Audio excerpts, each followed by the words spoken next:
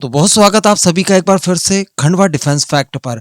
आज के इस वीडियो में हम लोग बात करने जा रहे हैं भारत, फ्रांस, G7 और स्पेशली ब्रिक्स को लेकर। ये वीडियो काफी ज्यादा इंपॉर्टेंट है, इस वजह से मैं आपसे निवेदन करूंगा कि वीडियो को एकदम अंत तक देखते हुए चैनल को सब्सक्राइब जरूर कर दीजिएगा।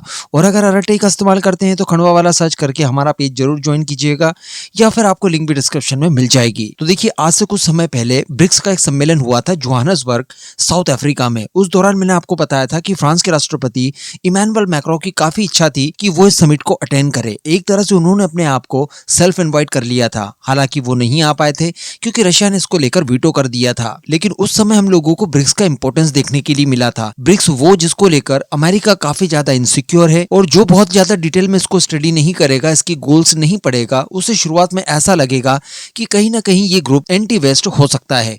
इसके बावजूद फ्रांस की इसमें दिलचस्पी थी। मैंने भी इसको कवर करते हुए एक वीडियो बनाकर आपको बताया था कि देखिए, भारत ब्रिक्स का महत्व समझता है।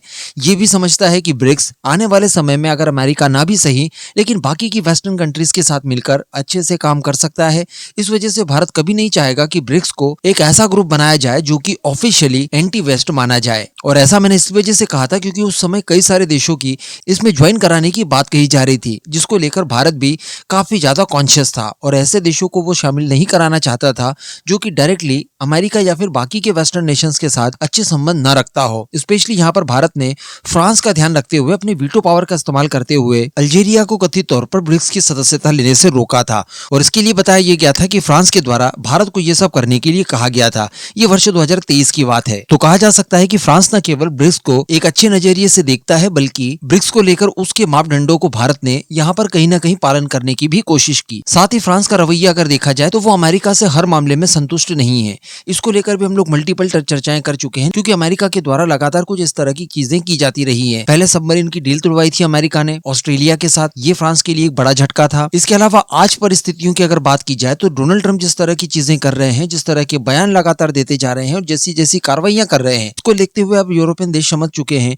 कि देखिए, अमेरिका के साथ और आगे समय तक नहीं रहा जा सकता, और इनका भरोसा तो बिल्कुल नहीं किया जा सकता। क्योंकि ट्रंप इस समय ग्रीनलैंड तक को कब्जाने की कोशिश कर रहे हैं। वो ग्रीनलैंड जो कि इस समय डेनमार्क के पास है, और डेनमार्क स्वयं नेटो का सदस्य है। कहने का मतलब कभी भी अमेरिका इन देशों को डिच कर सकता है। ऐसी परिस्थिति में इन्हें भी उसका एक अल्टरनेटिव चाहिए, और अगर अल्टरनेटिव की बात की जाए तो भारत के माध्यम से ब्रिक्स एक अच्छा अल्टरनेटिव बन सकता है। क्योंकि अब मैं आपको बता दूं कि फ्रेंच प्रेसिडेंट इमैनुअल मैक्रो द्वारा ब्रिक्स और G7 को लेकर कुछ बड़ी बातें कही गई है। देखिए, वर्ष 2026 में G7 की अध्यक्षता करेगा फ्रांस, और ब्रिक्स की अध्यक्षता हम सभी जानते हैं कि भारत के द्वारा किया जाएगा। इसको लेकर ऑफिशियल लोगो भी जारी कर दिया गया है भारत ने, जो मैंने अपने RTI पेज खंडवा वाला पर शेयर भी किया था आप लोगों के साथ। तो इसको लेकर मैक्रो द्वारा ये कहा गया है कि देखिए, भारत इस समय वो ताकत बन चुका है जो कि दुनिया को दो हिस्सों में बंटने से रोक सकता है, जिसके तहत भारत एक सेतु का निर्माण कर सकता है बिटवीन G7 एंड ब्रिक्स। यानी भारत को एक ग्लोबल ब्रिज इन्होंने करार दिया है जो कि G7 और ब्रिक्स को आपस में जोड़े रखेगा।